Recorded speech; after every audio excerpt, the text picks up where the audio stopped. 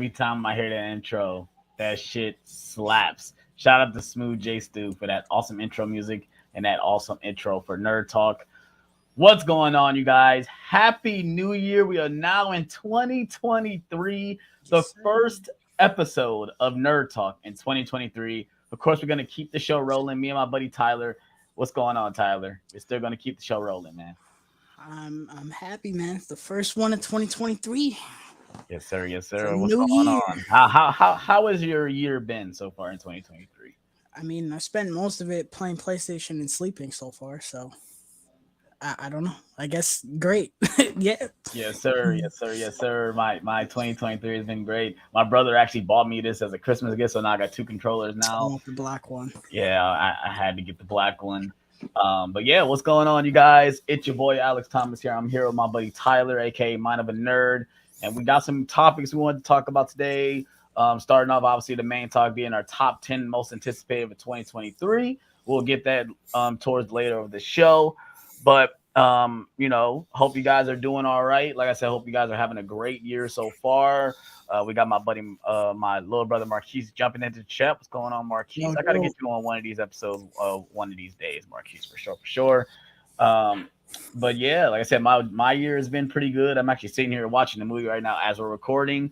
I'm sitting here watching Harry Potter and the Chamber Sorcerer's Stone because one of our topics is talking about Harry Potter. So let me go pop it in, And so let's go ahead and get into it. Like I say, if you guys are new to the channel, if you guys are new to these streams, me and my buddy Tyler, we try to do these once a week. We might try to do these twice a week. We'll try to see how the schedule goes. But we'll try to keep this more fluently. I felt like doing it once, a week was cool, but I feel like maybe we might need to do this maybe twice a week if our schedules allow us to do that. I know Tyler really doesn't have a set schedule, so for him it's pretty hard. But I would love to do this more, but that's the problem. Our schedules don't allow us to do that. But we will keep coming with the live streams. The watch-alongs will continue to happen. So yeah, hope you guys are ready for it for 2023. And like I said, if you guys are new, hit that like button, hit that subscribe button. Check out Tyler's Instagram. Is Mind of a Nerd. Is it just Mind of a Nerd, right? Not Mind of a Nerd Reviews. Just Mind of a Nerd. Link will be in the description. He has great reviews for new movies, older movies, franchises, and all that stuff. So check them out. So yeah, let's go ahead and start up with our first topic. We're gonna get the bad shit out the way first. Well, one of the bad news out the way first, and that is somehow WB wants to keep Ezra Miller as Flash for the DCEU, for the new DCEU, which what the fuck?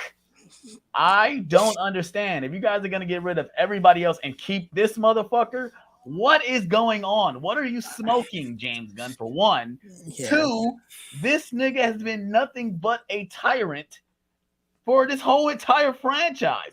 Not just this franchise, but for the Fantastic Beasts franchise as well. So it's like, what the hell is up with this guy? And why are they so infatuated on keeping him around? What the heck is going on here? Part of me feels like they want to keep him because he's young. That's kind of the reason why they wouldn't get rid of Pattinson as Batman, because he's young. Well, that's a different story because the Pattinson universe, his Bat universe is not connected. Thank everything holy. Yeah, exactly. It's not connected to what the new DCEU is going to be. This situation is different because he is Flash, and of course, with him being Flash, he can go to another universe and be the same Flash, of course. But you can say the same thing about the other actors too. They can be different incarnations of the characters we know. So, like, this is a mess. I don't think this is true because I don't see them getting rid of everybody except him. Why him? Yeah. Why him of all people? Not even Gal Gadot. Like, Gal Gadot ain't a great actress, but I would take her staying as Wonder Woman over him as the Flash. Like, it's so just bizarre. Like, why? And the reason that they claimed was all because they haven't gotten into trouble. So it is on public record that the reason that they started behaving is because they were afraid of the movie being canceled. Yeah. Which that translated to me as, oh, I don't want to miss out on a paycheck. So let me get my shit together to fix this movie. That's what that came off as. I I personally believe that this is not genuine. This is simply for money. Yeah. To me, like that. Or they don't want to spend the money. They don't want to have to release him and spend the money on another actor to play this role. Which either way, this movie is fucked, because when this movie does get released, it won't matter no matter what happens, because this whole universe is fucking dead anyway. So no matter how you look at it, this movie does not matter. So you could get a new actor to play him. It won't matter. You can release it on HBO Max. It won't matter. You can put it in theaters. It won't matter, because this movie's probably gonna fucking bomb anyway, because nobody gives a shit about this fucking movie. Yeah. Out of the 3 DC movies that we're getting this year, of which none are on my anticipated list anymore, I was just about to because say of James Gunn, I don't give a shit on my anymore. list either. 2 of them would have been on my list if they fucking mattered, but you know, out of the 3 that we're getting this year, this is the one that matters the least, because this was supposed to set up a whole another slate of DCEU, and now that's not doing that, or it might do that and it just won't fucking matter. This movie is absolutely irrelevant. So every time I see concept art, of which we did get concept art for this movie that looked absolutely god awfully fucking atrocious, with this fucking new Flash thing that looks like just shit. Like this movie will go down in history as one of the biggest abominations behind the scenes ever. Even Don't Worry Darling came out in a better and more cohesive state than this fucking movie, because it didn't really get delayed all that much, and the movie fucking came out and people ended up kind of liking it. I am one of them. This movie, I don't know what's gonna happen with this movie. This movie's gonna fucking come and go. This movie just is irrelevant. Like, to me, the worst part is that this Flash movie could be the cornerstone of starting the new DCU. They could have went the direction of, okay, this Flash movie restarts the franchise, keep it going, but this movie will restart it and a whole new universe will happen. No, they're not doing that. Bro, Morbius was more cohesive in a release than this, bro. Other than the fact that it got delayed because of COVID. Putting that aside, that movie had a more cohesive release than this movie, bro. Yeah. It got made, it got finished, and it got released. Yeah. It didn't have to it wasn't marketed as one thing and then rewritten to be another movie, and then the fucking actors switching, and then you're inserting new Batmans and Bat people, replacing Superman with Supergirl, cutting cameos and shit. This is a fucking disaster, bro. Yeah. I know Warner Brothers doesn't want to do it. They are better off just canceling this fucking movie, because nobody cares. The problem is they can't. I know they can't. For all the money they put into it, and they probably shot. It's mostly shot. I think the one thing where they're finishing is it's probably done. Yeah, it's done. I mean, it's mostly post production now that they are finishing on when it comes to effects and editing it so it makes sense.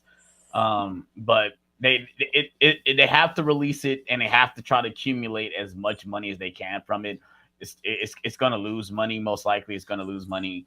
I mean, the only way, like with movies as Ryan said, I mean, he's only excited for it because Keaton is in it. And I don't think that's really going to draw me in either. That's nostalgia and nothing more. Yeah, I'm someone who the nostalgia boat is long sailed into the horizon. Goodbye. I'm over nostalgia. The last nostalgia thing to me that they did that I was actually okay with was No Way Home. Yeah, I'm kind of done with nostalgia. Every time they announce, oh, we're making a sequel to a movie that existed, and we're gonna bring back all the other actors so that way they could go. No, I'm done. Jurassic World Dominion fucking killed that shit. Yeah, the legacy. I'm done with coming back and stuff like that. They try to capture even like I said, I love. Obviously I love Force Awakens, but to me, it's like it was great seeing those characters, but for them not to be in it, it wouldn't have made or broke the movie at all. Well, no, because you got the Kylo Ren thing with Han Solo, and they right, yeah. And then when I do wish they had hammered it home a little bit when he dies, seeing how it affected Leia, but it doesn't. But You know, they were of use. They weren't just there so that way the geeks could be like, Well, it's more like better comparison. Screen 2022. Like those, like I'm sorry I had to bring it up, but yeah, like that's basically that the same movie, essence yeah, where it's like those characters didn't need to be there. I think the yeah. new characters kind of could have carried that movie even without them being there. They do carry the Um, movie. General Ortega is the best part of that yeah, movie. for sure. And yeah, so when it comes back to this, I kind of wish I hopefully they turn their actually think about the situation and don't do it. Just go ahead and just let this movie come out, and whatever happens, happens. Don't bring him back. Just start over from a clean slate. You guys are gonna start all the other franchises over. This one has to be started over as well. At least that's in my opinion. I just, if this really does become a reality, man, I'd hate to be Henry Cavill, bro. Yeah. I really would. Of all the people, I'd hate to be Henry Cavill. I'd be sitting there like, bro, no matter who's in charge, y'all don't know what y'all doing. Mm-hmm. So let's go ahead and move on. If you guys have any thoughts on this topic, let me know in the comment section below. Do you guys like Ezra Miller as Flash? Do you guys think he should stay as the character? Let me know in the comment section below. Let's go ahead and move on to our next topic, and it's about Wednesday. Wednesday Woo! has been renewed for a second season on Netflix. And I'm excited, man. Tyler has not seen the show yet. And what's weird is because you like the Addams Family, right? The first one, yeah. You would like the show. You would really like the show. I listen. If it weren't for The Last of Us, spoiler alert, I am doing a Last of Us review series this week. If I did not have to plow through two games that are combined at least like 40 hours, I probably would have sat down and watched it. Yeah, this show is really good. I wish I would have reviewed it when I saw it. And it's funny because my fiance was watching it first. She loves the Addams Family more than I do, and she sat down and watched it. And I caught kind of like the tail end. I had to rewatch it again, so I rewatched it while I caught up to where I left it when I came in on it, and I love the quirkiness of it, the Tim Burtonism of it. Tim Burton directed I've heard this is like episodes. the like best thing he's done yes, in years. it really is, and it's not even that. The acting is very. Jenna Ortega steals the show as Wednesday. Oh my gosh, she is fucking fantastic as the character. It's funny because Christina Ricci pops up in the show. Spoiler alert, if you guys haven't watched, she pops up in the show. And it's awesome seeing her on screen with Jenna Ortega because obviously she played Wednesday as well in the original Addams Family movies.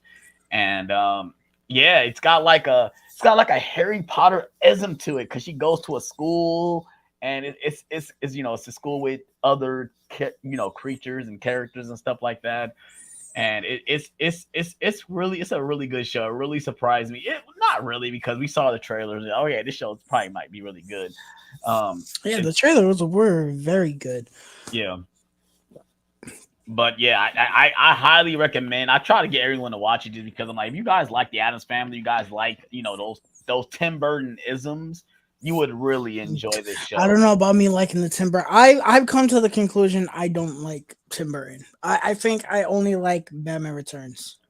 I'm sure it's on like like Edward Scissorhands. I've never seen that. See, you need. I say check out Edward Scissorhands. That's really good. It got that type of feel to it, and I'm so happy it got renewed for a second season. We were kind of knowing like the way it ends in a cliffhanger. Like she types on her little typewriter the end ? Like okay, like is it really the end? Like no, it's not. Once we found out the numbers of how much it was streamed, they had no choice but the green light of season 2 for it. Obviously the critical response was just off the wall, and the reception of it kind of made it like okay, they're green lighting a season 2. So we were just waiting on a season 2, kind of like for another show that I'm looking forward to, like Bel Air. We were kind of just waiting from the renewal because of the response from it. When is that coming out again, Bel Air? Next month, February. Where's that trailer? I need that. Yeah, they released a trailer for it, but it wasn't like an official trailer. It was kind of like a teaser where it was showing like the characters and just a voiceover from Will. So I'm ready. I'm so ready to see a trailer for that too. But I'm very excited for this. I'm hoping everybody comes back from the show. I don't know who's going to be the villain or who's going to be the bad guy, what's going to happen or whatever. Because this Wednesday is it's a murder mystery. That's what it is. It's kind of like a whodunit, trying to figure out, who's doing the killings and stuff like that. But yeah, I'm very excited for this. Like I said, I know Tyler really has nothing else to say about it, so we're going to try to move. We're going to move on to the next topic. Tyler, whenever you get a chance, definitely check it out before season 2, obviously. And if you guys have seen Wednesday, let me know in the comment section below. I kind of did like a little mini review because I didn't get to talk about it, but I did want to talk about it. Let me know in the comment section below, and let me know in the chat if you guys have seen Wednesday, if you guys are excited for season 2, because I know I definitely am. So let's go ahead and move on to the next topic. And it's an irritating topic. And they're talking about a fucking Harry Potter reboot series with a whole new cast. And what the fuck, WB and HBO Max, and what the fuck is going on with you guys? Don't want to leave these franchises alone, bro. I'm currently watching, and yes, I'm gonna go on a rant. I'm watching the original Harry Potter as we speak, and to me, the movie it's 20 years old. It's crazy to think the movie is over 20 years old. It's crazy to think 22. That, and it's at the time you think, oh yeah, it's time for a reboot, but these movies still hold up today, where you don't have to reboot. You don't. If you guys want to keep indulging in this universe, don't do the Fantastic Beasts route. If you like, make a new Harry Potter series that take place today. I want to see the Wizarding World in the 21st century. If you guys did not know, the Harry Potter franchise takes place in the 90s. It's not the 2000s. It's the 90s. So where does Deathly Hallows leave off at? Is it still in the 90s or is it? Well, you're talking about the epilogue. The epilogue is 19 years later after the event. So Harry Potter Deathly Hallows ends in 1997. That's when that's the year is 1997. Well, either 97, 98. Either one of those years. So 19 years later is what? Like 2009-ish, 2010. Yeah, right. So, well, no. It's more than that. No. 1998. 98. So 98, 19 years later after that. No, that's like 2019. Like 2019. We basically just passed it. Yeah. So that's what I want to see. And if you guys want to make it a series, do it as a series then. I think that's what they talk about doing. Yeah. I don't want to see a reboot with these characters, because I'm watching these movies, and the reason why these movies work is because the casting was so great. Like everyone, I know I'm going on a rant, but that's the reason why I'm scared for it. I don't want this because they clearly don't know what to do with the series. Yeah, they don't know what to do with this world. They don't, because they had a somewhat interesting idea of Fantastic Beasts, where it was like, oh, let's go to other parts with whole new characters. Yes, that was the right mindset. The problem is they made it as, let's make these movies lead up to Harry Potter rather than let's just tell stories. They said, no, we're going to bring in, what's his fuck? Grindelwald. We're going to we're going to bring in Grindelwald, and we're going to bring in fucking Dumbledore because people know these characters. Yeah. Grindelwald was an interesting idea because we hadn't seen him really. Well, so we found out about him in Deathly Hallows. Yeah, he becomes a part of Deathly Hallows. We know where he ends up, which that's the bad part, is we know he wouldn't have died in these movies. Right. But we didn't know about this character. So making him the antagonist of that series of movies was not the worst idea in the world. Yeah, he was Voldemort before Voldemort. And the first movie was kind of like, okay, I can see where we're going with this. But then between 2 and 3, they were kind of just like, no, we're going to bring in Dumbledore because people know who Dumbledore is. Mm-hmm. And We're gonna bring in like McGonagall and Yeah, we're gonna bring some of the older characters that's in the franchise. They're younger, clearly, so we're gonna name you know, drop them and stuff like that. and it's like you can't do that because all you have is Easter eggs, and Yeah, then you did that or homages. and you put all these characters on the back burner. Yeah, The only reason that I love Jacob Kowalski as a character, not because he's written all that well, he's written fine. It's because yeah, of the actor. The actor's bringing yeah, it. exactly. He's Yeah, the for sure, best part of those movies. for sure, And Eddie for Redmayne. sure. The Eddie Redmayne Yeah. is a great actor, and he's Their well beyond character, this. their dynamic together makes the movies work. And Those two characters. some of these actors are beyond this. Jude Yeah. Law is an incredible actor. He's way beyond. Mads fucking Mikkelsen is well beyond this. See that's where I said I don't think they're beyond the Harry Potter name, because if you really look at the actors they got for these movies, most of these actors, these older actors that are in these franchises, they are we don't know them, but they are up to a caliber where there are Academy Award recognized, Broadway performers. I think Jude Law is Harry Potter worthy. Like, he is worthy enough to play Dumbledore. It's just that I don't think that we needed to go in that direction. No. Like, Fantastic Beasts one should have been one movie. That don't need to be a franchise. It don't need to be a second part. It don't need to be. You could have made multiple movies out of it, because I feel like the concept, while it would have gotten stale, my favorite thing about these movies, even though it gets less and less and less throughout the three movies, is the scenes where he's going after the beast. I love those scenes. Those scenes in the first one make that movie. Well, what does it lead to besides him catching beasts? You could have had it be that you have to have a main antagonist. You could have had it be that, like, the story. Someone was like, "Oh, I don't like that you're capturing these beasts because they could be used for some magical purpose or some shit. So I'm gonna capture them." They could have worked around that. For sure. But I think the mistake was making it lead up to Harry Potter rather than just telling another story.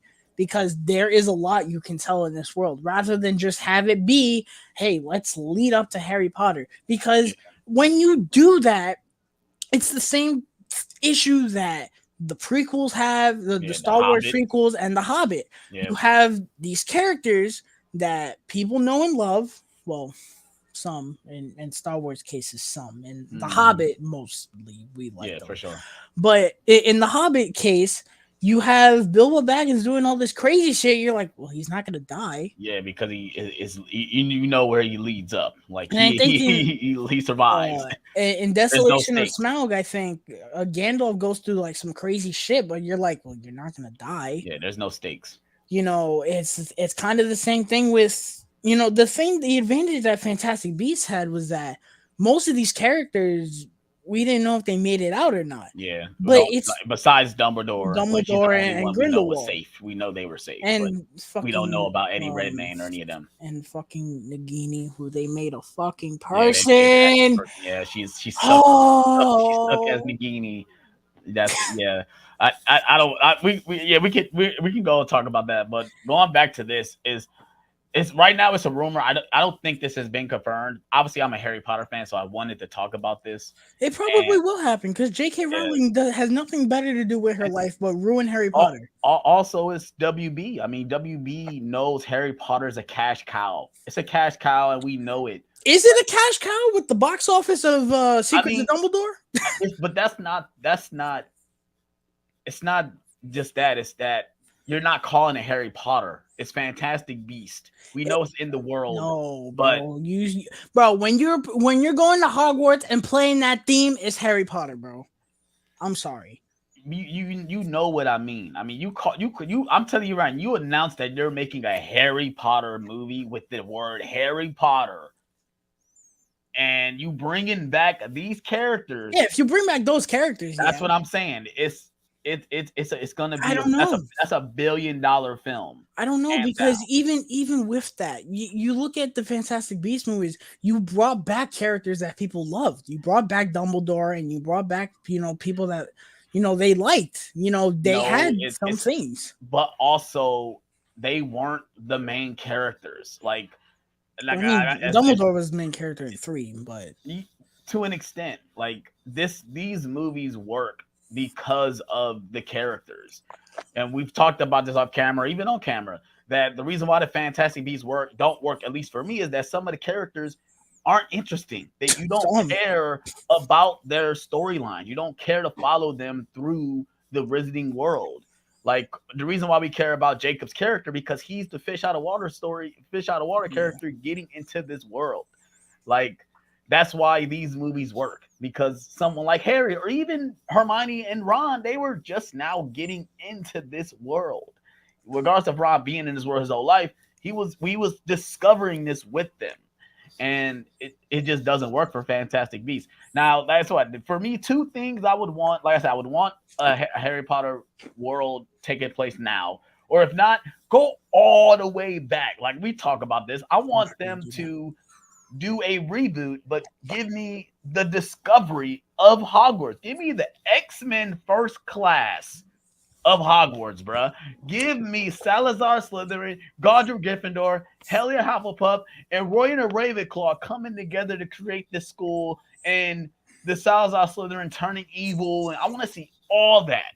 That's what I want to see. I think that would be dope. Cool. I think if they made an X-Men First Class style movie with Harry Potter, I think that'd be really cool. And please, he's great at his job, but get somebody else other than David Yates to direct that. Yeah, he's kind this of man is no. He's not killing the franchise. He is not the problem with those movies at all. If anything, he is the man that I would give the most praise to, other than the actors giving it their all, because those movies look the absolute best they could. Yeah. It's not the cinematography, it's not the direction. It's the writing. I want this man to direct something else that's not this. Yeah. Because this man is fucking handcuffed to this, has been handcuffed to this franchise since 2009, bro. 2007. Or 7, yes. Because he did Order Phoenix.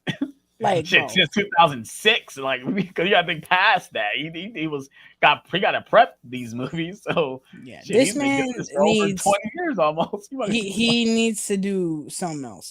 He's great, but I think, well, no, he did do something else, and it wasn't that great. He did that Legend of Tarzan movie, yeah. So maybe he doesn't need to do something else. Maybe he can't keep doing Harry Potter. Excuse me. I mean, it's like I said, whatever obviously he don't have to worry about money when it comes to these movies. He's getting paid, but I do agree that I kind of wish we get somebody else to come in and do it, because that's why I think especially the first 4 movies kind of work, because you got Christopher Columbus setting it up, then you brought in Alfonso Cuarón to kind of set a tone, and then Mike Newell took that tone and kind of enhanced it. That's why to me is like those first 4 movies are so like watchable to watch back to back to back, because it's like a graduating tone throughout these movies.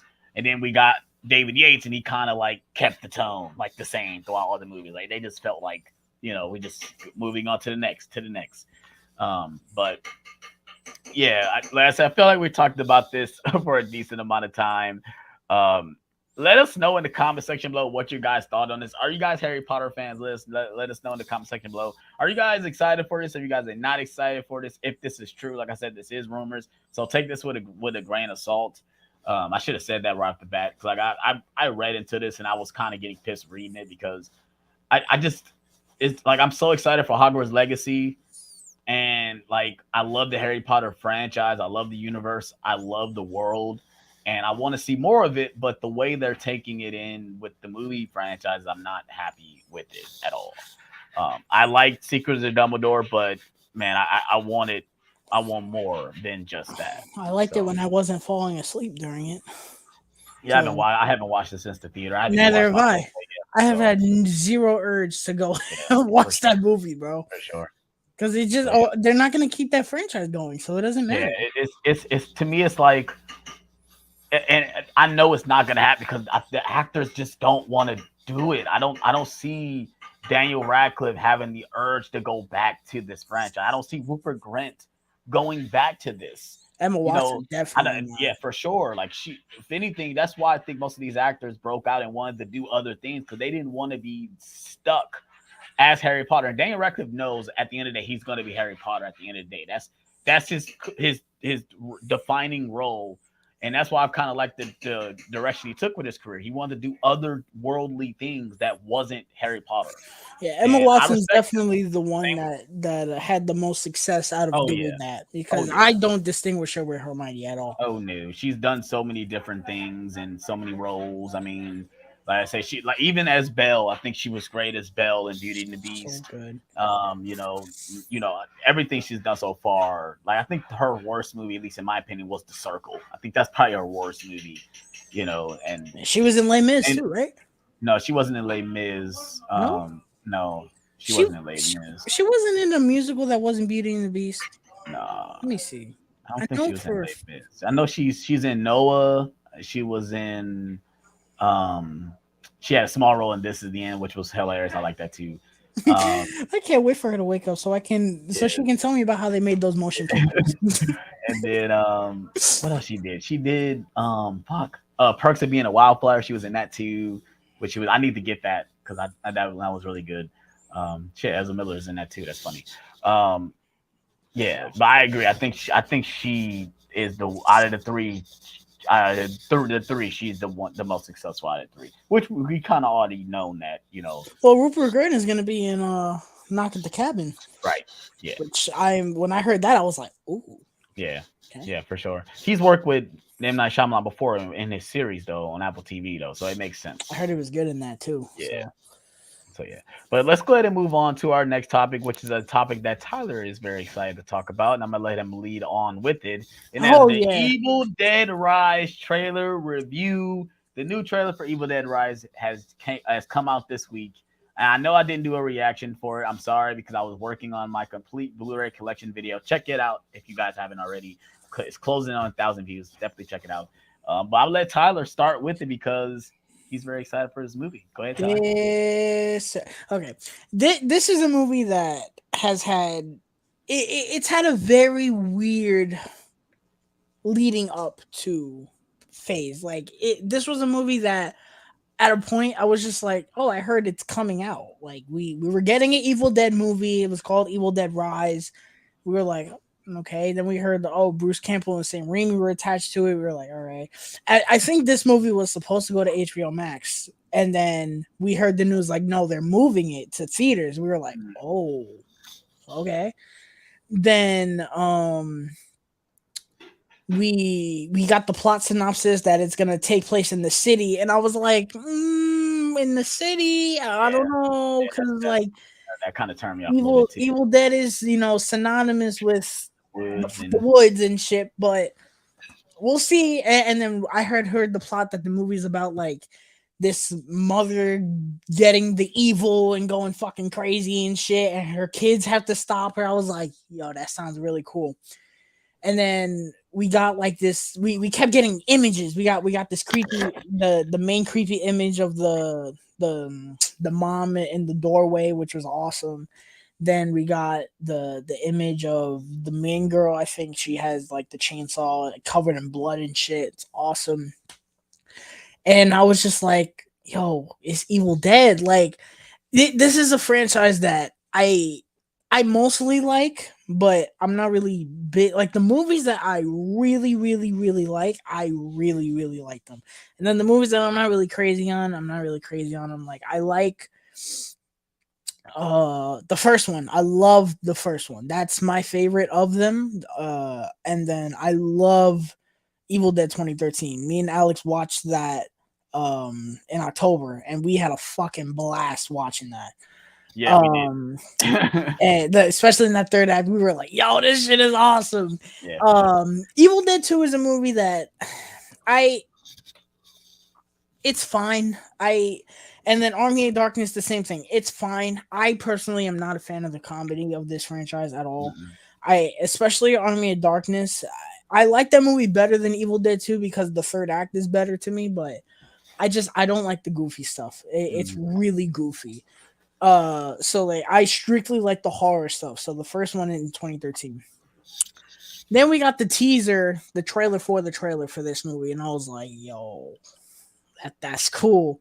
I think I watched that 14-second clip like 20 times that day. The peephole, right? Yeah. And then we got I knew that was gonna be the teaser because that was the image we got. I knew that was gonna be the teaser. we got the trailer, and oh my god, this movie looks way better than I could have ever imagined. I was like, the trailer's not gonna do none for me. It's gonna be cool, and I'm gonna be like, I don't know. This movie looks like the most Evil Dead crazy horror shit ever. And Bruce Campbell went out and said, "Oh, this is gonna be the scariest one." And normally when you hear that, you're like, "Really? It's the 5th movie in the franchise. Is it really gonna be that scary?" Watching this trailer, I was like, "It looks, it looks rough. It looks like it could be there. You know, this looks awesome. I think the story looks really cool. This looks like Sam Raimi directed it despite not directing this. Yeah. I think this is like a first-time director, or he directed like one movie that wasn't that great. But it looks like you got the tracking shots of the evil going, you got the Sam Raimi zooms and shit. I was like, yo, like even the set design, like you see that image of the cabin, like it's like in like a weird like cerebral like setting is so weird. And most people were like, this looks like 2013 Evil Dead in the best way possible. Yes, I was just about to say, like, I thought that they brought him back. Whoever directed, I know he directed Don't Breathe and he directed Evil Dead. I thought he came back to make this movie. I said, yeah, why not bring him back? Because I think 2013 is it. Like I said, I love Sam Raimi, but I love the way he directed 2013. I can't think of who directed it. Fede Alvarez. Okay, yeah. But yeah, it looks so good. It looks violent. It looks brutal. That Red Band trailer, bro. Oh my god, that shot where she picks up the chainsaw. I'm like, yo, it looks so good. My now, like I say, I'm gonna go ahead and say my thought. I really do like the trailer. I feel like they showed a lot. I was gonna say that. I was like, I hope there are still surprises. I don't really feel like it's gonna be surprised. I feel like they showed a lot. Even and what you said, it felt like 2013. That's what I'm scared of, because some of those shots were exactly from 2013 when she screams and you got the eyeball thing again. I felt like we got that in 2013, right, where he had the needle in the eyeball and he pulled it out. We had another scene like that. The guy with the glasses, he pulled something out of his eye. And we got that again in this trailer. I'm like, those are kind of the same things we already got. And I will say this: I am 110% avoiding another trailer if we get another one. I don't need to see another trailer. Warner Brothers likes to fucking just give us 18 trailers before a movie comes out. I don't need another trailer for this. I'm surprised Warner Brothers has this. Isn't it Sony? Yeah, Sony usually has the rights for Evil Dead, right? And Sam Raimi's production company is working on this. The Ghost Pictures, whatever. Mm-hmm. Which I was like, that's strange. Okay. Mm-hmm. So this movie looks awesome though. I do think there's gonna be some surprises. I do. And just hearing, con dog, like that's it gives me chills. I love it. And I was talking to AJ about this. I was like, because I think this takes place within the same timeline as the other movies, not the original, right? Which I don't know how they're gonna work that in. I pray to Jesus we don't get Ash. I don't need that. Yeah, I really don't. That's what people thought we were gonna get with 2013. They thought they were gonna bring him back, or it was gonna set up. Like, was gonna team up with Ash. She was gonna team up with Ash, and they were gonna fight evil together. I love Bruce Campbell, but I don't need that. I really don't need that. This franchise proved that it can survive without Bruce Campbell. It don't need that. I don't know how this is gonna follow the other ones. I think it's probably just following it because of the book, to be honest. Mm-hmm. But the book was in the 2013 one, so right. That's my only thing is that it's after 2013 for me, it makes more sense because it looks and feels like 2013. Hell, they're playing the book on a vinyl player. Yeah. What was I gonna say? And I think that this franchise is gonna be my pitch for this franchise was find a way to include the book somehow. That'd be the only hard part. But Mhm. just have it be that just keep the same template. Some stupid ass opens the book, and then the evil gets a person, and crazy shit happens. Is it, a little copy and paste? Yes. Mhm. But the setup can be copy and paste, but you can change the horror and the Yeah. scares and the kills and all Right. the gore and shit. Right. So you can make that work. So Yeah. I don't know. I'm immensely excited for this movie. I think the plot is great. The fact that they have it's gonna be like a family It's a thing. family, yeah. It's kind of more scarier knowing that it's not because it's different when you got a group of friends that have no relations with each other, it's just friends. Now, when you Especially got a mother's daughter dynamic going into it, it's scarier now because now it's affecting the family itself. You I know, don't know. I think this is gonna be awesome. I just hope that if this movie's good, Warner Brothers doesn't decide to milk the fuck out of this shit. yeah, yeah. You know, They most likely will because they are craving for another franchise. I think the Conjuring thing was kind of a they were kind of happy that they had it. It made them boatloads of money, regardless of how good they were. But I think they're probably craving for another I franchise like think that. James Wan is done with Warner Brothers because he just worked on Megan. So I think he's well, no, because he's working on The Nun, and I think they're doing another Conjuring movie for whatever reason. Okay. Um, but my worry also is, which it doesn't look like this anymore. This was before I saw the trailer. I was worried. I was like, I hope this movie looks like it belongs in the theaters, and it doesn't look like A they straight just streaming took shit. it from streaming and put it in the theater. Thankfully, it does not look like a streaming movie. It Yeah. looks like this shit is gonna go hard in the theater. I'm excited. I last year I was on record and pretty much not liking to hating most horror movies that came out last year, unlike most people who were the total opposite of me, which is fine. I hope this year we get some horror bangers. Yeah. Megan wasn't great, but it wasn't terrible either. So, Yeah, but we're up to the I right. probably might have. I might be seeing this by myself. I don't think Steph is gonna go to the theater with me to see this. I think watching like Halloween and stuff is different, but I think things like this, I don't think she can Yeah. I showed watch this to my this. mom. She was like, "What the fuck is Yeah, that, bro?" I mean, This is a Thursday night screening for sure, bro. what's I'm that? hyped. When we were watching 2013, Steph came down and Yeah, chilled she with me said, for a "What minute. She the was like, fuck "What are the you fuck are you watching?" watching?" And I'm like, "Yeah, she's not gonna watch Evil Dead Rise. I know that." So, yeah. You got any more thoughts on the trailer? I thought it was good. Like I said, I'm excited for it. It was great. I'm hyped, man.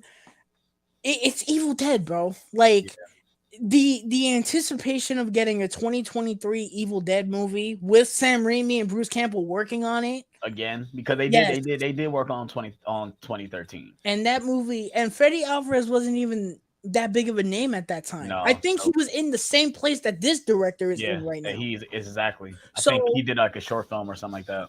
with the same circumstances, Yeah, this is I think this is gonna be a banger, bro. yeah, for sure. I mean, like it's just like what you said. You really can't fuck this concept up.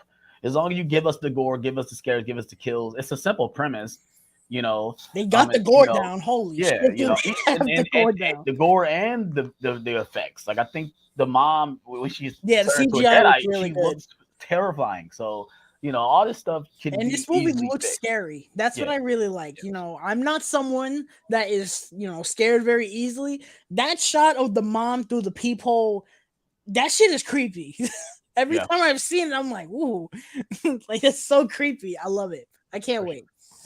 All right, so yeah, let us know in the comment section below whether you guys are excited for Evil Dead Rise. It comes out April, right? April. Yes. So yeah, I mean, it's at this point it's not far because shit, January feel like it's flying, like it does at least for me. Like I said, my birthday is this month, so that's how I know it's flying because my Mhm. birthday is this month. So yeah, let's go ahead and move on to our next topic, and it's our main topic of the day, Yes, sir. and that is our top 10 most anticipated films of 2023. It's crazy to think that 2023 is here, and hopefully this year has a few bangers. I'm hoping it does. I know the Marvel probably won't have the most bangers of this year. Um, But I do have a couple Marvel films on my most anticipated, even though I don't think they're really going to be great. Or at least I don't think they're going to be as good as the other entries. But I'm gonna go ahead and start first. Let's go ahead and start with my number 10. We're gonna start from 10 to 1. Where's my list? Let me go to my notes. Where's my notes? Come on, iPhone, stop fucking with me. All right, my number 10 is Evil Dead Rise. That is my number 10 of the year. After watching the trailer, and I did watch it again before we started streaming, and yeah, after we just talked about it, and the visuals, the way it looks, um, knowing that it feels like 2013, and 2013 is my favorite of the franchise. I'm hyped for it. So yeah, my number 10 is Evil Dead Rise for 2023. All right, my number 10 is going to be the Super Mario Brothers movie. I had no faith in this movie, and as soon as I saw that trailer, I said, "Oh, this shit is gonna be good." I hope. This is probably the first time ever in my life that I said I'm looking forward to a video game movie this year. You said Super Mario Brothers? Yeah.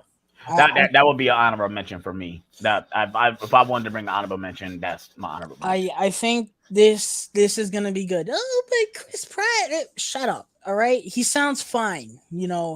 I don't hate it anymore. I'm kind of just over it. And if that movie is as good as I think it's gonna be, that's probably gonna be the only thing that I really have an issue with. But animation looks fantastic. Yeah. This looks like a Mario movie. It doesn't look like it's gonna try stupid nonsense. It looks like it's going to be a Mario movie. Yo, the fact that they incorporate Mario Kart is fucking hilarious. And I knew they had to do it. I will say this movie might not be great. If it could end up sucking, but Jack Black as Bowser is going to be top notch. Yes, so yeah, number 10 is Super Mario Brothers. Nice.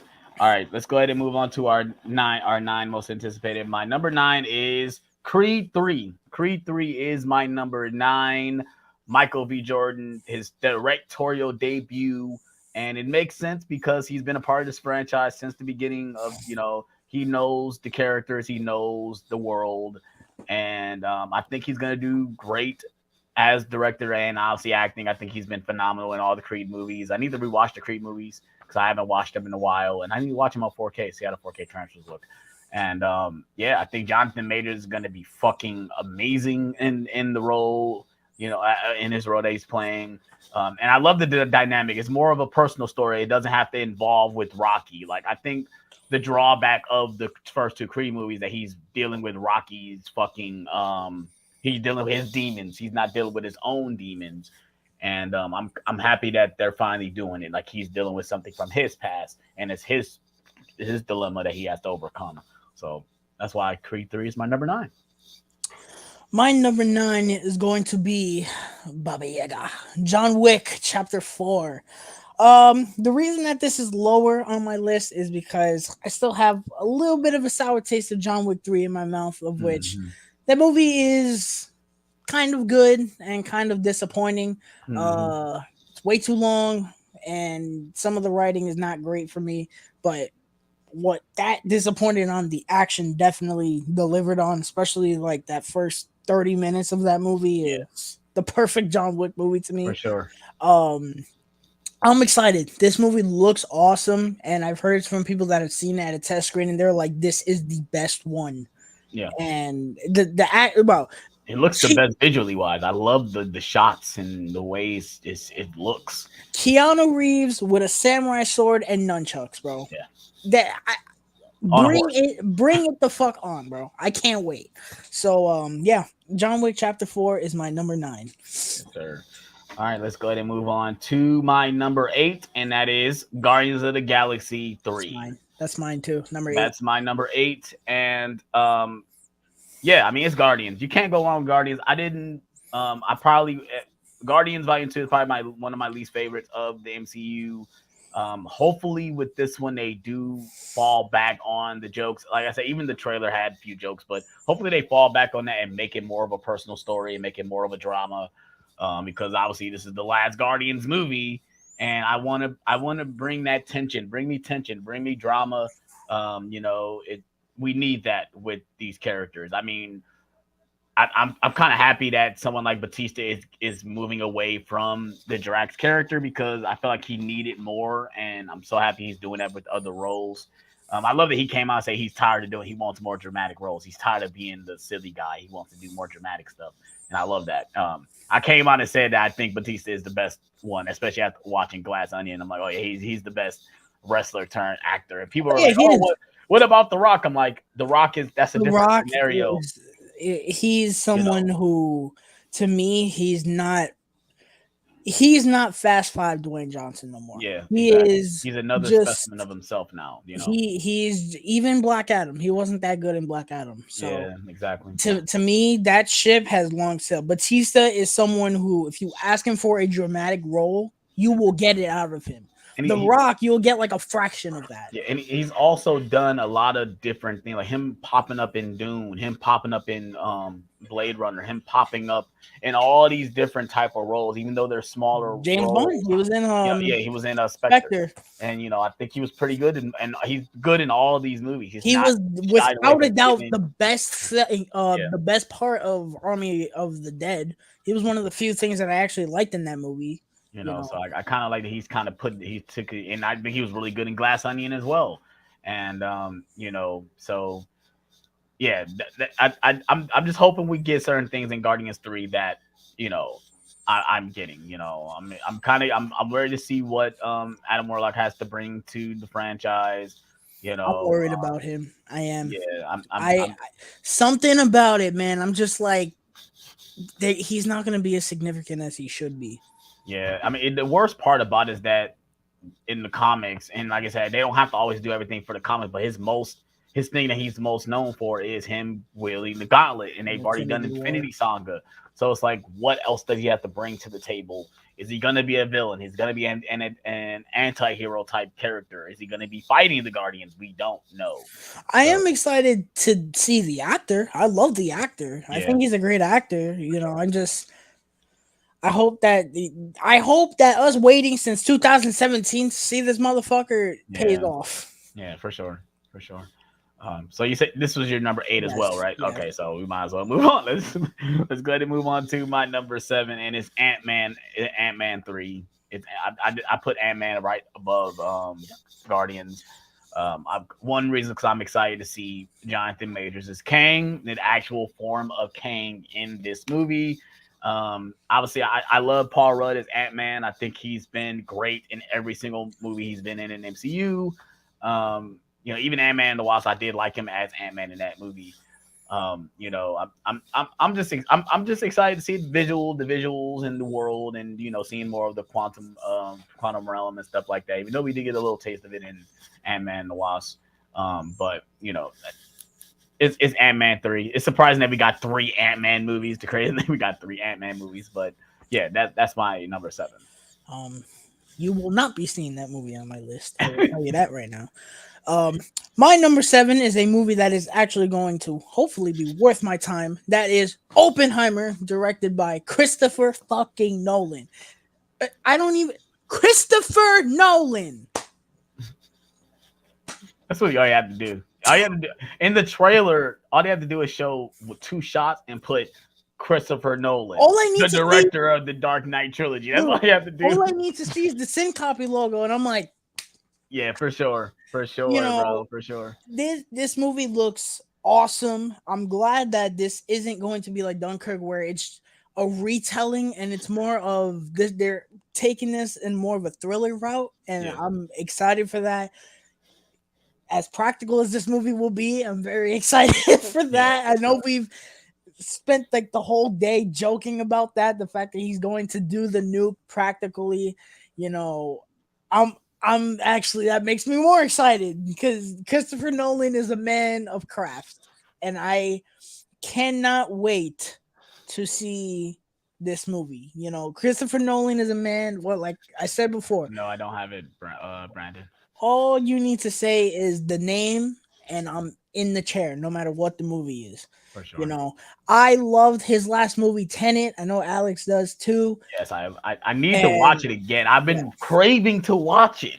Yeah, I have something tell me I need to watch it again. Like that's probably the one review that I'm looking forward to that review the most when I do my Christopher Nolan series. Mm. Yeah, I love Tenet, so, and I've watched some of his movies for the first time this year before. One of them absolutely broke me, but I can't wait. It's Christopher Nolan. That's all I need to say. That's my Let me number guess. 7. Was it Interstellar the one that broke you? That, yeah, Inception too. Inception. Yeah. Was Oh wild. man. Oh my god. I'm so happy that you finally saw it, but I wish I could have been there to see your reaction. Like that. Like the way You could have been Inception there ends. for Interstellar. Interstellar, I was Yeah. losing my mind. I was like, Yeah. what? I Yeah, was like, yeah. yo. To me, it almost like is a nice companion to 2001: A Space Odyssey. Like it's on that. That's to me, that's how good the movie is. Like it's on that level because a lot of people put 2001 as like one of those movies that's like one of the best made, and I feel like Interstellar kind of hits that level. But bro, Inception, bro, like dude, like The score to Inception. man, the way it ends though with no music and him walking Yeah. through the airport and seeing everyone just giving him like you did it, but you don't know what's really happening. Oh, I remember I showed my twin this movie. He was like, "What happened?" I'm like, "Just keep watching." He like, "What happened?" I'm like, "Bro, just keep watching, bro." Then when you spin it, it's like, "Oh fuck," and you don't know what happened. It's like, oh, I love that movie, but I gotta get it on 4K before I rewatch it. Yes, you do. Yes, you do, bro. I don't want to cop out and just get the Blu-ray. I want the 4K. I'll pay $18 for that 4K, bro. You need the 4K, bro. You need that. But yeah. Let's go ahead and move on. Let's go ahead and move on because I can sit here and talk about Inception all day. My number 6, we got You Got the Touch. Yeah. Transformers: Rise of the Beast, baby. That's my number 6. Obviously, I did a trailer reaction for it, and I'm very excited for this movie. It looks pretty good. It's great to see Optimus as his, retro form. It's great to see they're doing the, Beast Wars storyline. Something that I didn't really think they were going to do. Because a lot of people don't know about Beast Wars. I'm gonna have to do some more research. I know the essence of it, but I don't know the deep dive. The certain moments. I don't think they're gonna do everything, but. All I know is look dope, all I know about Beast Wars is dated as fuck animation and sure. friends. Terracons, Predacons, Dedicons, Yeah, all the cons right. are gonna be in this movie. Right. But yeah, it looks good. I'm very excited for it, and yeah, that's my number 6. I got nothing to say, but I just think it looks good, and I'm happy that it's not gonna be Michael Bay bullshit. Yeah. My number 6 is going to be Creed 3. I am very, very, very excited for this movie. I was very nervous before seeing the trailer because I was like, Michael B. Jordan directing it. No, now to be fair, this has happened in the Rocky franchise before because I think Stallone did 4? He did 4, right? Or was it 5? It's 6. Oh, he did Balboa. That's the one he did. Yeah, so this has happened before, and Rocky Balboa, from what I've heard, is very good. I have not seen any Rocky movies. The first one's good, second one's good, third one's okay, fourth one is kind of a Guilty over the pleasure. top. It's a guilty pleasure. I know the songs from that movie. I know the songs from 5. Yeah, 5 is terrible. Well, at least to me, it's terrible. And Rocky Balboa is redeemable. It kind of made it. It made it like, why did they make it after how bad 5 was? But they made it, and it came out as a decent movie. So, and then when I saw the trailer, I was like, oh wow, this looks great. I think Ryan Coogler is still in there somewhere. I think he's the executive producer. Could be wrong. Producer, if I'm not mistaken. At this point, with how good Wakanda Forever was, that man needs at least a year off. For sure. But this looks really good. Directing wise, right off the bat, it looks on par with the first 2. It looks really good. I like we've only seen it briefly, but he did film this movie with IMAX cameras, which, listen, for anyone that knows anything about filmmaking, filming with IMAX cameras is not easy. No, it is very hard. Cameras too. So for this to be his first movie ever to direct with IMAX cameras, he's got some balls, bro. Yeah. And the boxing scenes, again, we've seen them briefly, but they look great. Like it looks like he put the cameras like on the floor and wide shots. Yep. It looks great. The story, we didn't really know much about the story until the trailer. I was like, oh wow, that's pretty cool. Yeah. Yes, it's kind of the same thing. Oh, the person from the past comes and blah blah blah. But story might be a little generic, but I think this movie is gonna be really good. So that's Creed 3 is my number 6. Yes, sir. Yes, sir. All right. Let's go ahead and move on to my number 5, and it is John Wick Chapter 4. For all the same reasons that Tyler said, I just think this movie looks great visually. I'm excited for Bill Skarsgård as the antagonist. Obviously, Keanu Reeves is gonna kill it. He's been killing it, in this role since fucking 2014. So we ain't got to worry about him at all. I think obviously the action sequences are gonna knock it out of the park like they have been for these past years. Like the one thing we got, the two check boxes we don't have to worry about is Keanu Reeves and the action sequences. We don't have to worry about any of that. And the directing. And directing and cinematography, those are going to be knocked out the park. Now, hopefully the story isn't too convoluted. I do feel like this is going to be the longest one out of all of them. And so they're making one more, right? So it's going to be 5, right? Is this going to be the last one, or are they making another one? I really hope that this is the last one. Kind of hopefully we ended. Well, no, we're getting 5, and then we're getting the spinoff, the ballerina spinoff, and then we're getting the show too, the Continental show. Right. Okay. Yeah, they're trying to really milk this franchise. Which the Continental show, I think, could be fucking great. I'm very interested in that. For sure. You see why they keep going back to the hotel, because the hotel is kind of the one of the more interesting things about the world. And the coins. I think the coins and the hotel are one of the most interesting things. And to me, the cleanup crew, like every time someone comes, they call the cleanup crew to clean up the mess, is hilarious.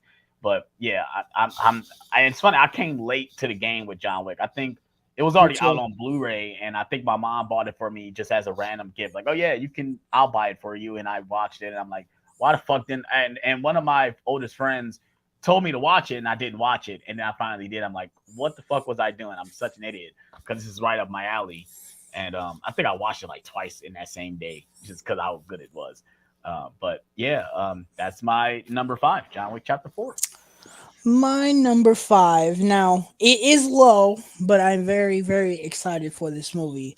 Spider-Man Across the Spider-Verse. As you guys know, Into the Spider-Verse is a absolute banger. One of the best Spider-Man movies ever. This movie looks fantastic. The story looks great. I'm very intrigued because we still don't know much about this movie, which I like. Sony, keep it that way, please. And I like the idea of essentially Miles and Gwen going on the run from all these Spider-Man. I want to know what provokes Spider-Man 2099 to essentially just go after this motherfucker. Yeah. He's on a blood feud to kill him, and I want to know, like, what did he do that got him like so pissed? Because like he ain't fucking around in that trailer. He's like body slamming him and shit. But the animation looks incredible.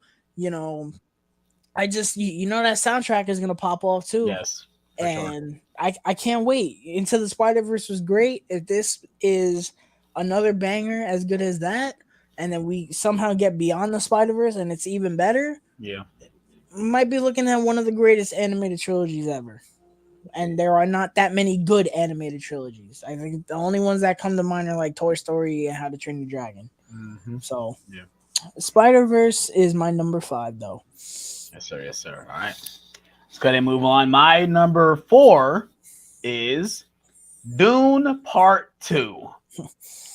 Now, that's my number 4 too. Okay, awesome. So me and Dune has a very weird relationship, because at first I was not excited for this movie. I didn't know anything about it. I didn't see the original. I recently watched the original when I was in my hotel room when I was out of town. Like, this movie is not very good at all. And it was on AMC. I'm like, there's nothing on. Fuck it, I'll watch the original. Oh, the holograms, the body. It's a straight 80s movie. That's all I have to say. You could tell it was made in the 80s, and it feels like an 80s movie. But the Dune in 2021 is fucking fantastic. Denis Villeneuve I'm very excited for it. I'm sorry if I pop my mic, but um, yeah, I'm excited because I love that first Dune movie. I think it's Timothy Olyphant, right? That's his name. What's his name? Timothy Timothy Chalamet. Chalamet, Okay, I fucked up. Timothy Chalamet. He could have been a little bit better. I think hopefully we get more to his which character I've heard. in I've part heard two. that this movie is gonna give him a lot. Yeah, give me a lot more, but give me a lot more, Timothy. I need more from you. Like I said, there was one scene where you did it, but I needed more of that, and you probably know what scene I'm talking about. Yeah, But one of the best scenes in the movie. yeah, I'm excited for part two. I think all the world itself is pretty interesting. I'm hopefully I'm just upset that some of the characters that was in that first movie is not going to be back for the second, like Jason Momoa, like Oscar Isaac, like the characters I really enjoyed are not going to come back for the sequel. Hopefully, Josh Brolin is found. He's back because they ended where you didn't see his body. You seen Jason Momoa's body. You saw Oscar Isaac's body. So when it's coming to him, you didn't see what happened to him. So he's coming back for sure. But yeah, I need to rewatch Dune because it's been a while since I've watched it. I have watched the 4K, and it's one of the best 4Ks of 2022, at least in my opinion. So yeah, that's my number 4, Dune Part 2. All right, so we're gonna go number 3. All right. Number 3 go ahead. is going to be Transformers: Rise of the Beasts. I love this franchise unapologetically, even though it contains my least favorite movie of all time. I still love the other ones that I really like. The first movie is fun. Revenge of the Fallen is fun while being not great. It's fun. Dark of the Moon is one of my favorite movies of all time. 4 is okay, and then 5 is my least favorite movie of all time. And I really like Bumblebee. And Steve Carell Jr. directed Creed 2. I love that movie more than most. I actually really love that movie. And hearing that he was going to take on Transformers, I was like, oh, okay, bring it on. And then when they released that set photo of him sitting in front of the cars and Optimus, I was like, oh, okay. And then we got that trailer, and I was like, bro, just yeah, give it to me now. Yeah, for sure. That movie looks awesome, and it looks like the most perfect Transformers movie. Oh, but they're still humans, bro. Listen, Anthony Ramos is one of the most charismatic actors working right now, and I think they got the most perfect person to play the human in this movie. Yeah.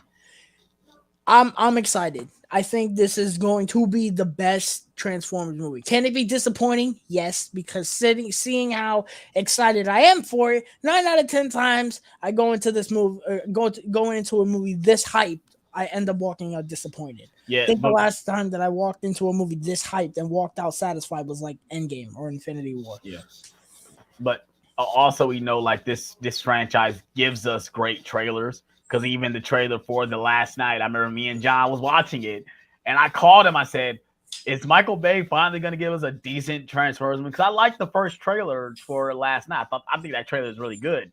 And I'm like, let me not get ahead of myself. I told John, I said, hold up. No, you're not tricking me again, Michael Bay. Because like I said, your other movies had great trailers, and the movies weren't great. Like Age of Extinction, I think the trailers are awesome. The official trailer for Age of Extinction is fucking raw, bro. It's fire. Seeing like I said, seeing Optimus ride Grimlock and him jumping off and slicing all the fucking awesome, it's awesome. But it's like you got to think about everything that goes into it besides that one shot. Red flag number 1 for The Last Night was the aspect ratio changing in the trailer. Oh my! I thought that was a trailer thing. I didn't think it was going to be a movie thing. Like, god damn! But yeah, but yeah. Let's go ahead and move on to my number 3, and it is Oppenheimer. Is my number 3 most anticipated of the year because, for one, it's Christopher Nolan, one of my favorite directors of all time. Actually, I think he's my number 2 favorite director of all time. You got Spielberg, then you got Nolan. Robert Zemeckis is number 3, and I've loved everything. He's watch done. Pinocchio, and it'll drop significantly. Yeah, I'm very disappointed in Robert Zemeckis, but he's still obviously he's going to be my favorite because he did Back to the Future.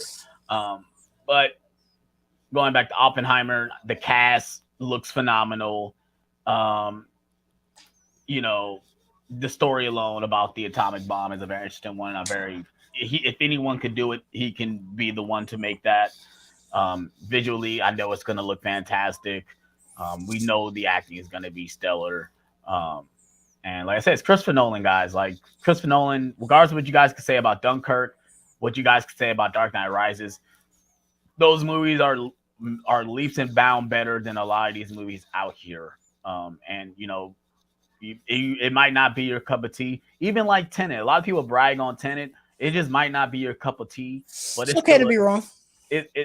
yeah, but it's all subjective at the end of the day. Like, yeah, you might we might think you're wrong, but is that if that's how you feel? And I think when I was talking with John, I think John said it right on the head. Is that Christopher Nolan kind of had that feel where he tried to show how smart he is, and a lot of people just don't get that. So, but I think with this movie, it's not going to be that type of way because it's actually telling a story. It's not his own thing. So, like I said, I'm excited for this movie. I don't think Steph is going to want to see this movie with me either. I don't think. I don't know. I have to show her the trailer and see if she's really interested. But yeah, Oppenheimer is my number 3. Go ahead, Ty.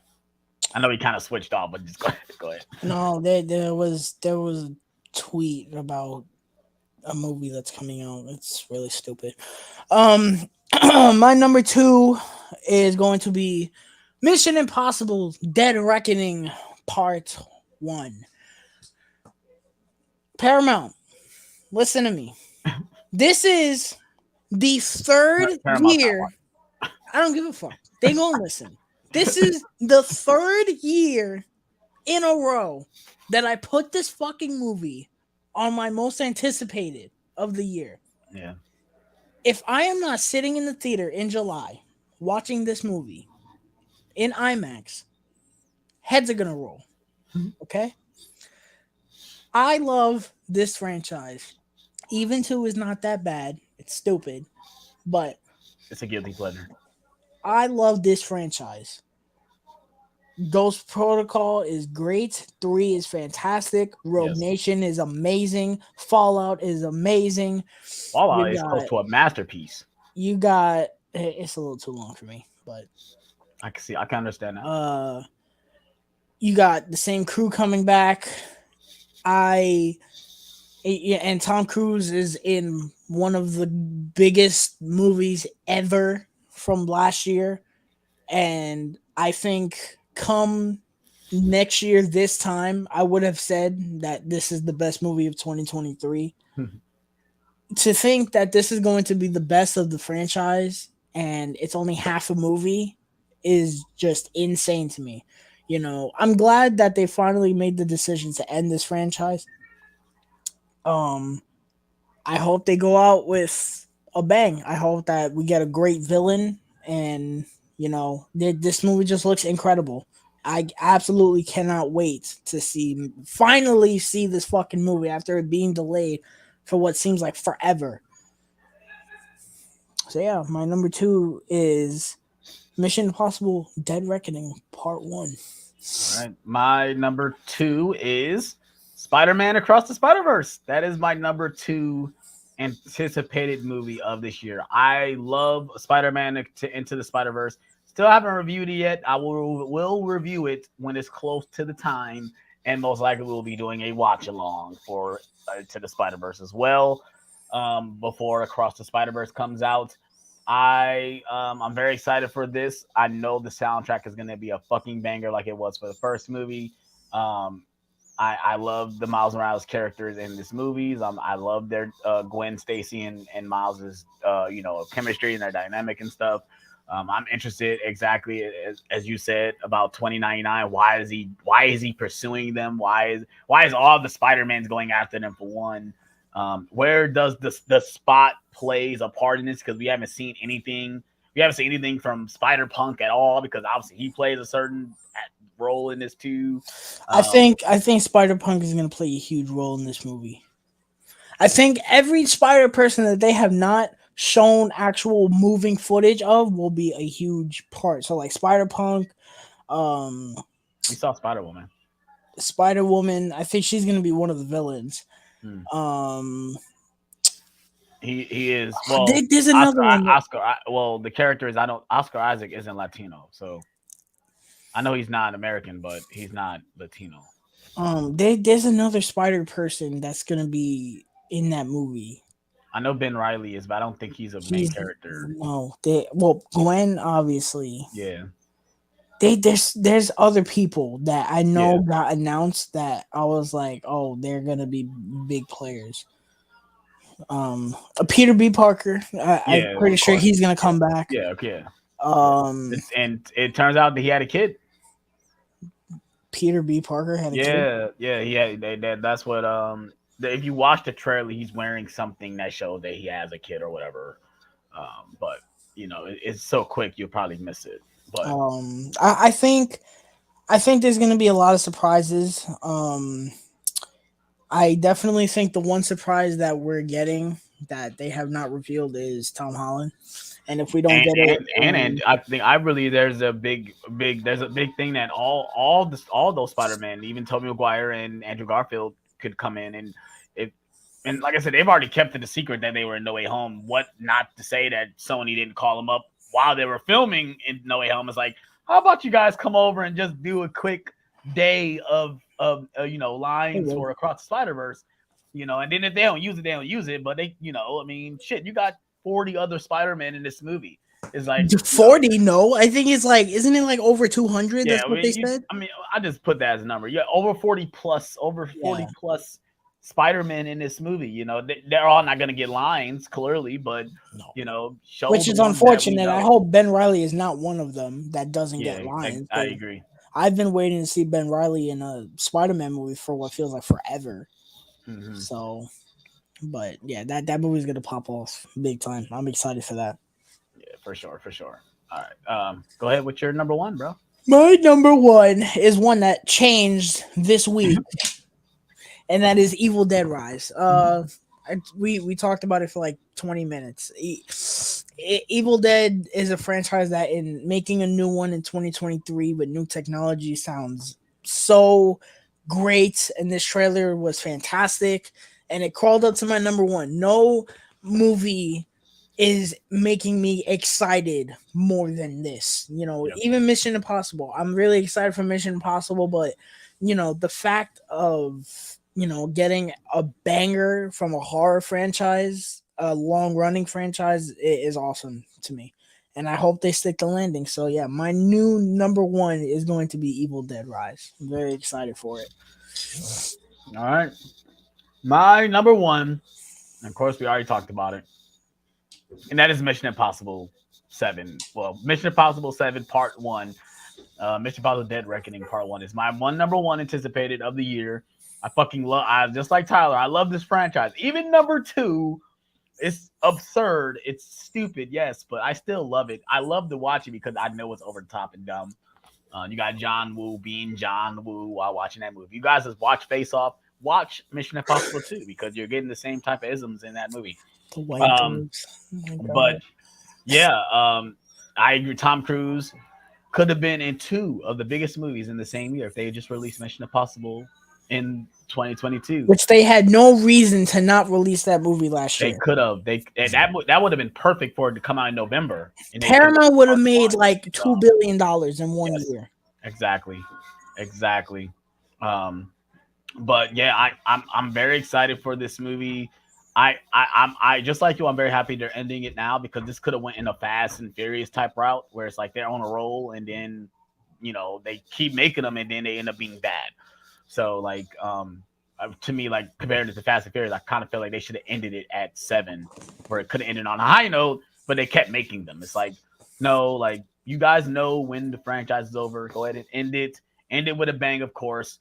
And I think Tom Cruise also knows that these movies are at the peak where they need to stop. Like, why not pull like a Michael Jordan and leave at the height of your career and just retire the franchise? I think after he makes that movie in space, I think he's gonna be done. You think done with acting? Yeah. Oh, I feel like that's gonna be the magnum opus when he makes it a whole entire movie set in space, practically. Yeah. Because what else? Because for him, it's more about how can he break the barriers when it comes to stunts, right? Like And filmmaking. the stunt that we're getting in this movie is him jumping off the bike while parasailing, while Jesus Christ, that's one bro. of the that's the biggest stunt of the movie, and of course we see it in the trailer. But seeing it, Keep in mind, in the seeing same the movie, making of it, keep in mind, in the same movie, they're derailing a fucking train, yeah, they're and derailing that a is the biggest train. stunt. Yeah, they're derailing a train. There's like it's gonna be a lot. I mean, the fact that like I said, we see it in the trailer. The fact that Tom Cruise is behind the wheel twice in this movie. One, a car has no doors on it, like, and he's whipping the fuck out of it. I'm really excited, man. I'm excited for all the characters to come back, all the new additions that's in this movie. It's a lot of callbacks to the original movie too. Like even the train part is like a homage to the first movie. Um, Tom Cruise is obviously at the top of his game, and he knows it. I think he knows like, man, I can jump out of an airplane 5 or 6 times and it doesn't phase me. I can do this jump. I think you watched that little making they showed of the stunt. They showed it. They showed it in 16, IMAX, bro. He did that like 16 times, bro. Like he fucking did it once, and he fucking does it once and almost dies and goes, "I want to do it again." Yes, like it's but I love him for it. If I ever met Tom Cruise, he's like, I'm giving him the biggest fucking, like, bro, you are the pinnacle of what a movie star should be. He is the most committed actor of all time. Yes.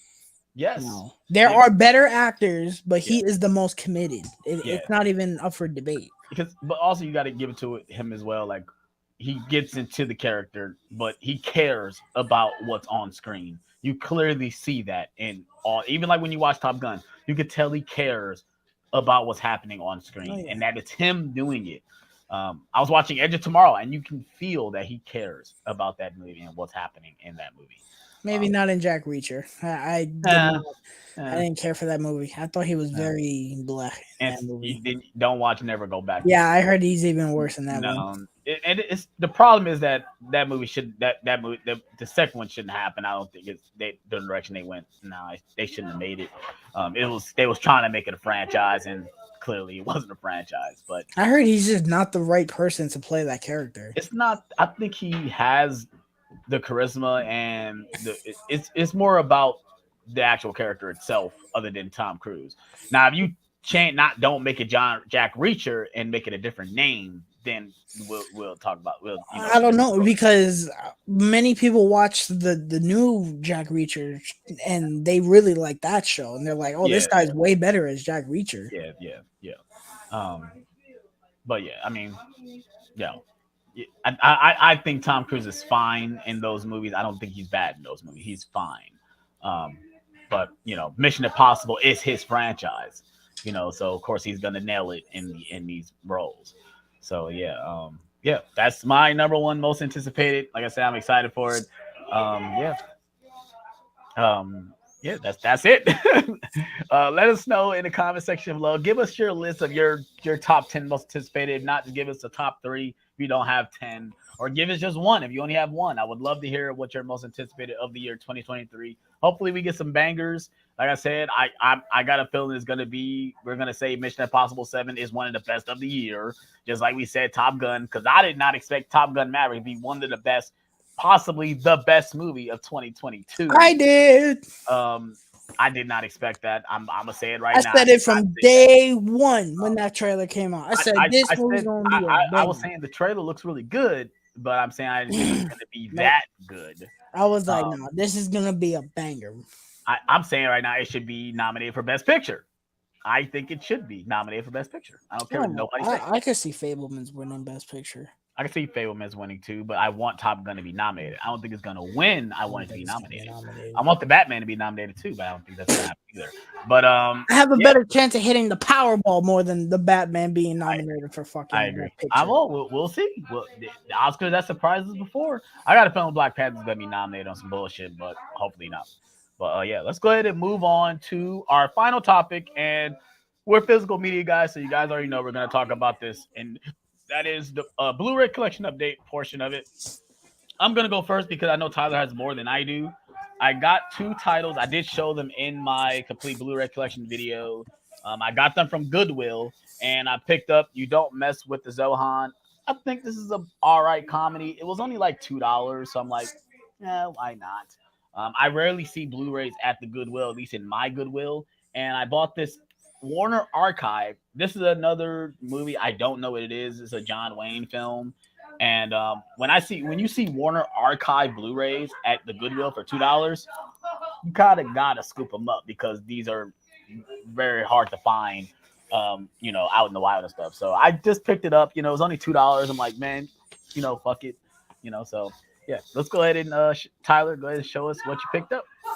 So, I did my Blu-ray collection video. We both did, but I did mine. Go check that out if you haven't already. So, half of these were shown in that, and half of these were not. So, I got the Blu-rays. These are all for a little review series that I'm doing for a certain director. You will see based off the first movie, which I'm very excited to do, which will be starting this week coming up, which I'm very excited for. So first we got The Sixth Sense on Blu-ray. I unfortunately know the twist of this movie, but I have never seen it. I'm very excited to watch it. Signs. I have seen this movie and I did not care for it.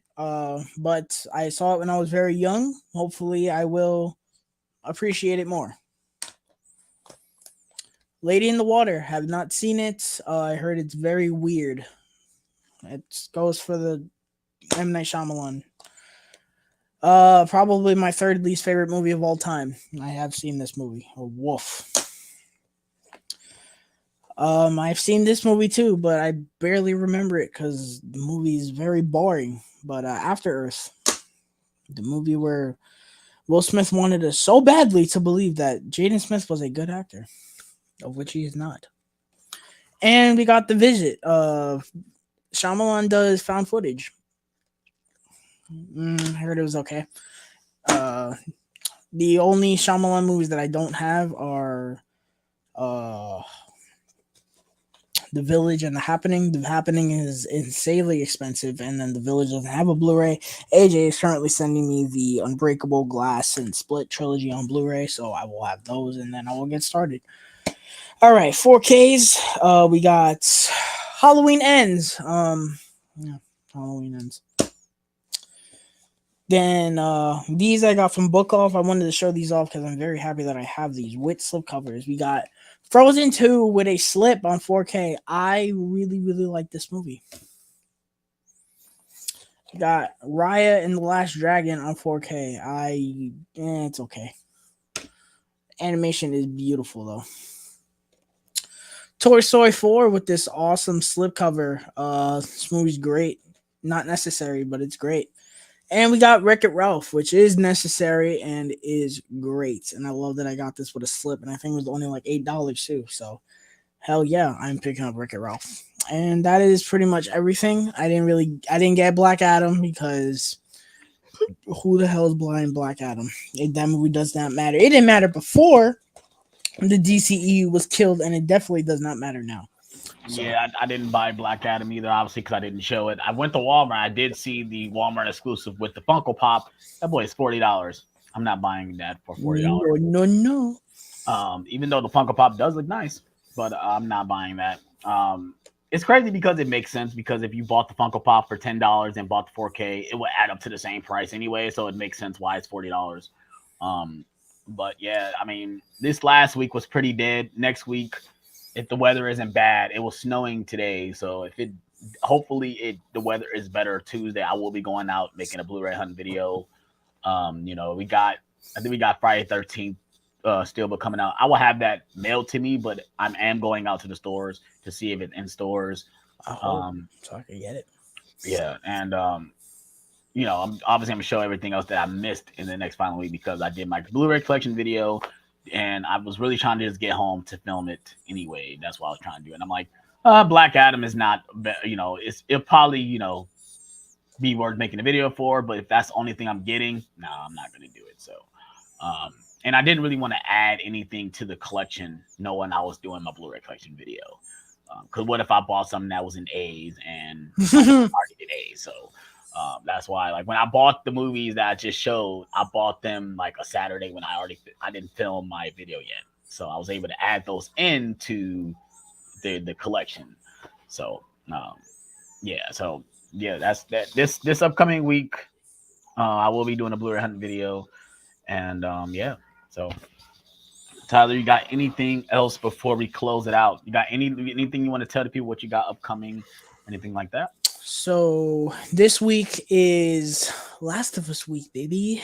We got The Last of Us show will be premiering this Sunday on HBO Max. I'm saying a prayer and a half that show is good, but I've heard from people have seen it and I heard it's great. So this week you will have a review for The Last of Us Part 1. That will be Monday. Last of Us Part 2 will be on Wednesday. And then I'm also starting my M. Night Shyamalan review series this week. So I will be reviewing his first movie, Wide Awake. That will be on Friday. And then Saturday will be The Sixth Sense. So yeah, big week. All that will be on Instagram, Mind of a Nerd. You know where to find me, all that stuff. Big week. All right. Obviously, content for me upcoming. I will be starting to review the Teen Wolf, MTV's Teen Wolf seasons on my channel. I'll probably be popping up like 2 reviews within these next 3 weeks because it comes out in 3 weeks. So expect to be overloaded with Teen Wolf reviews. Obviously, I'll be doing Blu-ray hunting content for the rest of this month because there's 3 more Tuesdays in this month, if I'm not mistaken. And that's it. And then starting next month in February, I will be prepping my DVD collection video. So I will be doing another big collection video showing all the DVDs I own. And then probably in March, I will be doing my Funko Pop collection video. So I will be spacing out the collection videos. I won't just throw them all in 1 month. I will be spacing them out. So that's what I got coming up. Clearly, we're going to have watch-alongs and more nerd talks coming. We will give you updates on watch-alongs. We since we talked about Evil Dead, we'll most likely be doing an Evil Dead 2013 watch-along before Evil Dead Rise. I already talked about Spider-Verse. Spider-Verse will definitely be a watch along we'll be doing. Another watch along I did want to do, since hopefully we will be off on May the 4th. Maybe we can do a Star Wars watch along on that day because I wasn't able to do it last year. So this year I definitely want to do that. And if we get fucked again this year, maybe we can do Revenge of the Fifth. For Revenge of the Fifth, yeah. So yeah, so those are just a couple little nuggets that we're going to talk about. It's going to be another year of content for 2023. It's not going to stop. It's going to keep on rolling. Thank you guys so much for getting me to 5,000 subscribers. You guys are awesome. I'm currently at 5,200 and something. So like 800 away more from 6,000. That would be amazing if I get 6,000 by the end of this year as well. That would be awesome. You guys can help me out with that. Please hit that like button. Please subscribe for more. Also, check out Tyler's Instagram. His link will be in the description. Also, check out his YouTube channel as well. He recently put up his complete Blu-ray collection video. Go check it out. It's about 3 hours long. So grab some popcorn, grab something to drink. Just like my video. My video ended up being 3 hours long, which Tyler called it. He's like, yours going to be 3 hours long too. I don't know why you're talking shit. And he was right. Mine was about 3 hours long. So I said, mine is longer than Endgame. So if you guys want to watch it, go ahead and check it out. Grab a drink, grab some popcorn. I have timestamps. So if you guys left off at a part, you just can click on the letter or the category, whatever. So if you leave off on the 4Ks, you can just click on the 4K tab and it jump you right to the video. So yeah, that's it for me. That's it for what else coming at the end or within content for this month and next month, stuff like that. Hope you guys enjoyed the stream. If you guys are new to the channel, welcome to the Alex Thomas channel. Please hit that like button. Please subscribe for more if you guys enjoy physical media, watch along, trailer reaction reviews, all that type of content. You're in the right place. Please hit that like button. Please subscribe for more. And we are out on this one, you guys. Peace out.